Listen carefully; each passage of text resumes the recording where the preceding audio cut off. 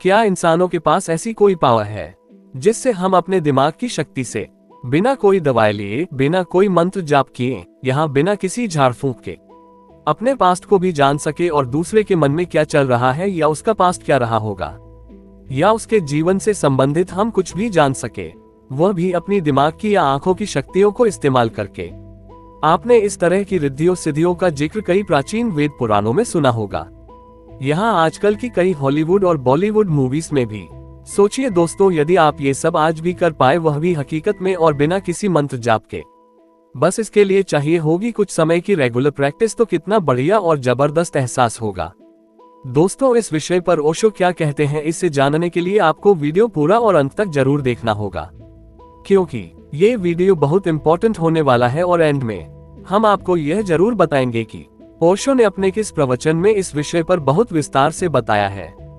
तो दोस्तों, अब हम आपको सुनाते हैं कि इस विषय पर ओशो क्या कहते हैं। अगर तुम समग्र रूप से अपने किसी अंग में चले जाओ तो वह अंग जीवंत हो जाता है, इतना जीवंत कि तुम कल्पना नहीं कर सकते कि उसे क्या हो गया है।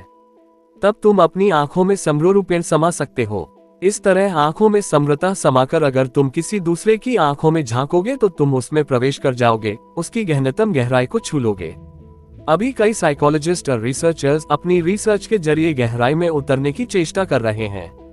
इसमें वे 2-3 वर्ष लगा देते हैं। ये केवल समय की बर्बादी है। जीवन इतना छोटा है कि अगर 3 वर्ष मनुष्य के मन के रिसर्च में ही लगाए जाए तो वह बस पागलपन है, और 3 वर्ष के बाद भी तुम भरोसा नहीं कर सकते कि रिसर्च पूरा हुआ। तुम अंधेरे में ही टटोल रहे हो। पूरब ये प्रयोग आंख के माध्यम से करता है। इतने लंबे समय तक रिसर्च करने की जरूरत नहीं है। ये काम उसकी आंखों में समरूप से प्रवेश कर और उसकी गहराई को छूकर किया जा सकता है। तब उस व्यक्ति के संबंध में बहुत बातें जानी जा सकती हैं जिनका उसे भी पता नहीं है। गुरु अनेक काम करता है। उनमें से एक बुनियादी काम यह है कि तुम्हारी रिसर्च करने के लिए तुम में गहरे उतरता है और वह तुम्हारे अंधेरे तलघरों में प्रवेश करता है। तुम्हें भी अपने इन तलघरों का पता नहीं है। अगर गुरु कहेगा कि तुम्हारे भीतर कुछ चीजें छिपी पड़ी हैं, तो तुम उसका विश्वास नहीं करोगे। कैसे विश्वास करोगे? तुम्हें उनका पता ही नहीं है। तुम अपने मन के एक ही हिस्से को जानते हो और वह उसका बहुत छोटा हिस्सा है, ऊपरी हिस्सा है।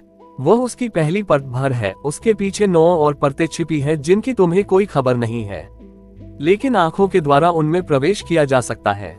दोस्तों, इस विषय पर ओशो ने अपने तंत्र सूत्र के 21वें प्रवचन में इसके बारे में बहुत गहराई से बताया है। यदि आप इस विषय पर अधिक जानना चाहते हैं तो ओशो के इस प्रवचन को जरूर सुनिए। परंतु किसी भी प्रयोग को शुरू करने से पहले आप अपने गुरुजनों से सलाह जरूर लें, या ओशो की संस्था में जाकर इसके जो एक्सपर्ट है उनसे ज्यादा जानकारी ले, क्योंकि आधा ज्ञान हानिकारक होता है। दोस्तों, वीडियो को ज्यादा से ज्यादा शेयर कीजिए ताकि हर कोई इस दुर्लभ ज्ञान के बारे में जान सके।